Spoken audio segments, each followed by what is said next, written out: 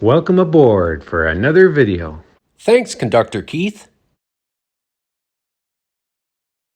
I have a treat for you today that very few, I can guarantee, very few have experienced in recent decades. It's related to the Bassett-Lowke Mogul. Not this one. I bet most of you have never seen this before. So let's have a go. This is my very early production Bassett-Lowke within the first 1 or 2 years. So 1927 maybe. How do I know? Single hole on the oiler. So this is a very old engine, but this is not what the video is about. Although it is in a way, because this engine gave me experience. This engine came as a basket case. That's the only original paint that was still on there, that green.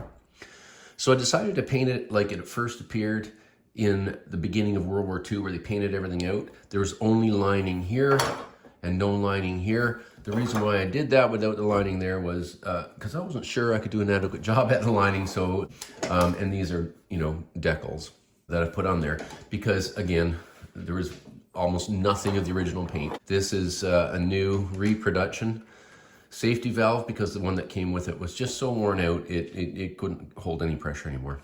And so there's videos on my channel. There's a playlist about this locomotive on my channel where I run all kinds of trains with it, outdoors, in garden railway setting, indoors. And I also have a Lionel tender that I painted like this. And I have the Lionel coupler that I also run North American trains with.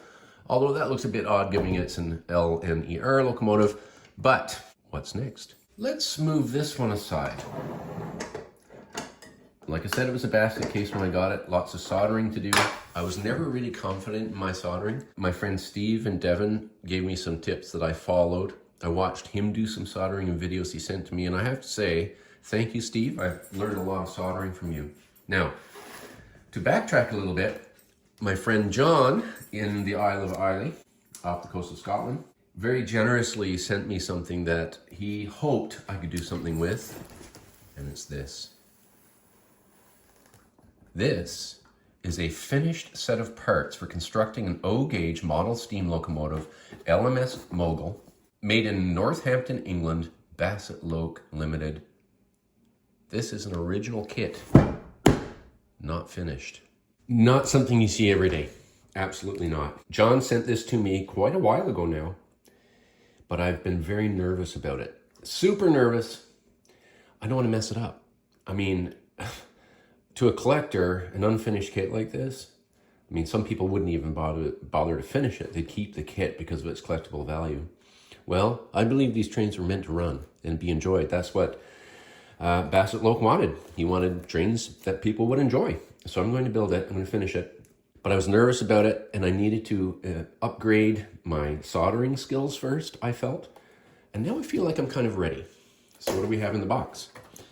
We have the building an O-gauge Bassett-Lowke steam locomotive. And this is the detailed instruction manual. No, nothing particularly simple about this. It's a bit of an involved project, right? And here it is. It had been started by somebody. The soldering's a bit rough there. Some parts are bent. Part is missing here. It's in the box. There's some work to be done here. But essentially, somebody has mostly finished the tender. The boiler with the safety valve, of course. The 2 holes in the oiler, of course. This is the Bel-Paire type boiler, as you can see, compared to the B1 type locomotive in the background. All the other parts are here in the box. Super exciting to see wheels that have never been run. A burner that's never been lit. Yeah, like package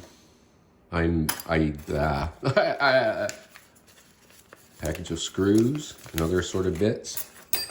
Like I can't describe what this is like for me. I can't describe it. It's just impossible to describe. And here is the loco. Now, somebody had put it together to this point, which is nice, but it doesn't work.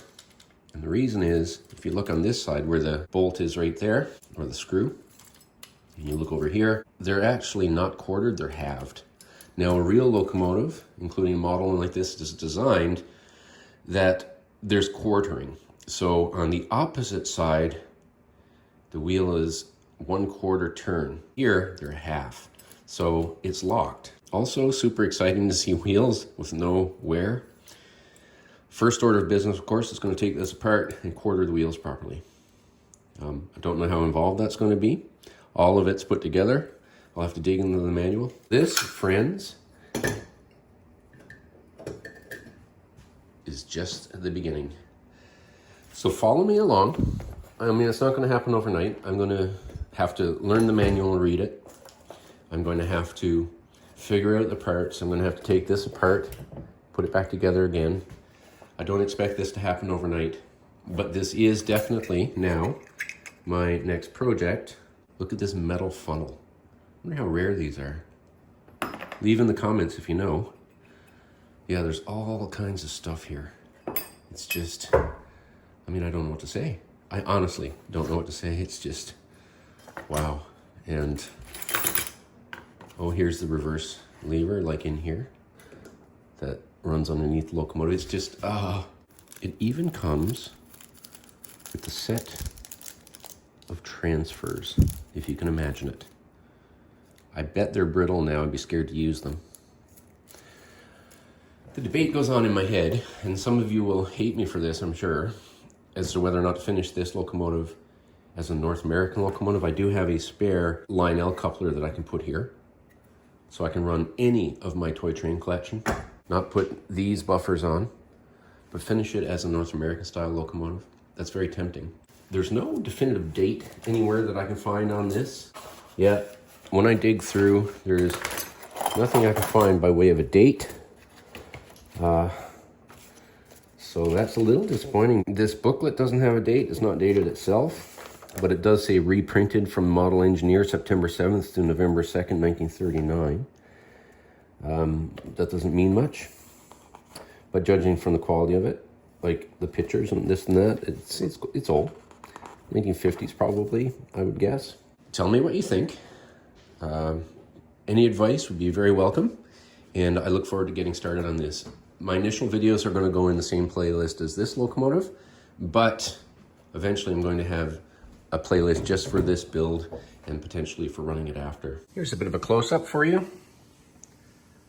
Isn't that beautiful? This box, of course, will be forever cherished. Now, someone out there might know or be able to cross-reference this with other period catalogs to sort of narrow in on when this might have been sold. The finished loco was £15.15.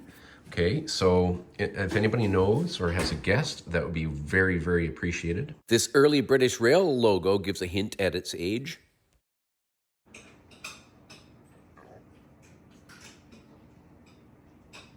Judging from the tings and dings on this, it's covered in primer.